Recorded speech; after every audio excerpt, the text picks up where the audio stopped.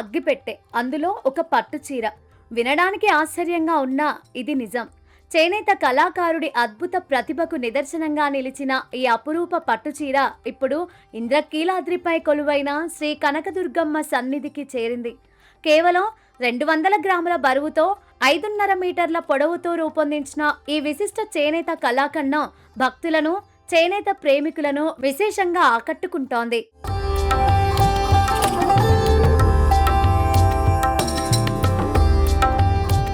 చేనేత కళకు పుట్టినిల్లుగా పేరొందిన తెలంగాణలోని రాజన్న సిరిసిల్ల జిల్లాకు చెందిన ప్రముఖ చేనేత కళాకారుడు, చేనేత కళారత్న అవార్డు గ్రహీత నల్ల విజయ్ కుమార్ తన చేతివృత్తి నైపుణ్యానికి అద్దం పట్టే అపూర్వ పట్టుచీరను శ్రీ కనకదుర్గమ్మకు సమర్పించారు.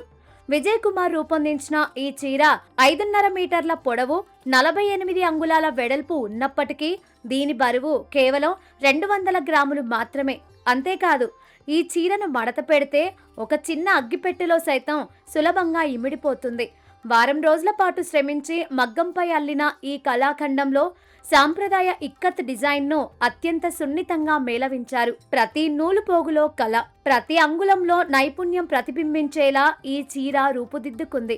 తన తండ్రి జాతీయ స్థాయిలో గుర్తింపు పొందిన చేనేత శిల్పి స్వర్గీయ నల్ల పరందాముల స్ఫూర్తితోనే ఈ ప్రత్యేక సృష్టిని రూపొందించినట్లు విజయ్ కుమార్ తెలిపారు. గతంలో ఆపరేషన్ సింధూర్ పేరుతో రూపొందించిన ప్రత్యేక శాలువాను భారత ప్రధాని నరేంద్ర మోదీకి అందించి ప్రశంసలు అందుకున్నానని, అదే ప్రేరణతో ఈ అరుదైన చీరను అమ్మవారికి సమర్పిస్తున్నానని చెప్పారు.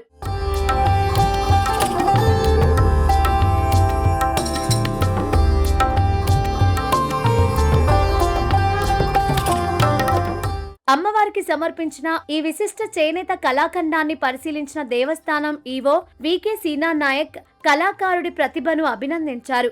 ఆధునిక యుగంలోనూ భారతీయ చేనేత సంప్రదాయాన్ని ప్రపంచానికి పరిచయం చేసే ఇటువంటి కళాకారులు సమాజానికి స్ఫూర్తిదాయకమని పేర్కొన్నారు. ఓం శ్రీ కనకదుర్గాయ నమః. మనకు తెలంగాణ రాష్ట్రం సిరిసిల్ల నుంచి నల్లా విజయ్ కుమార్ గారు ఈ యొక్క అగ్గిపెట్టెలో చీర తీసుకొచ్చాడు. యాక్చువల్లీ దీని యొక్క పొడవు వచ్చేసి 5.5 మీటర్లు అండి, 200 గ్రాముల బరువు ఉంటుంది. ఒక చిన్న అగ్గిపెట్టెలో తీసుకుని వచ్చి ఇచ్చారు వారు. నిజంగా ఇలాంటి కళలను ఖచ్చితంగా రాష్ట్ర ప్రభుత్వాలు ప్రోత్సహించాలి. ఇది గత సంవత్సరం కూడా 2020లో తీసుకుని వచ్చి ఇవ్వడం జరిగింది. ఈ సంవత్సరం కూడా తీసుకుని వచ్చారు. ఇది ఇంద్రకీలాద్రి కనకదుర్గా తల్లి వారికి ఇవ్వడము ఈ చీరను. ఖచ్చితంగా ఇది పౌర్ణమి రోజున ఈ యొక్క చీరను కట్టించడం జరుగుతుంది.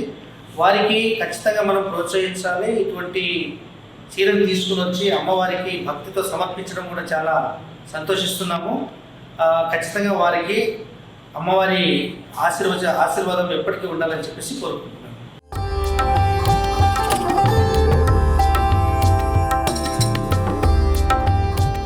అగ్గిపెట్టెలో ఇమిడిపోయేంత సన్నని పట్టు చీర, కానీ అందులో నిక్షిప్తమైన కళా వైభవం మాత్రం అపారం.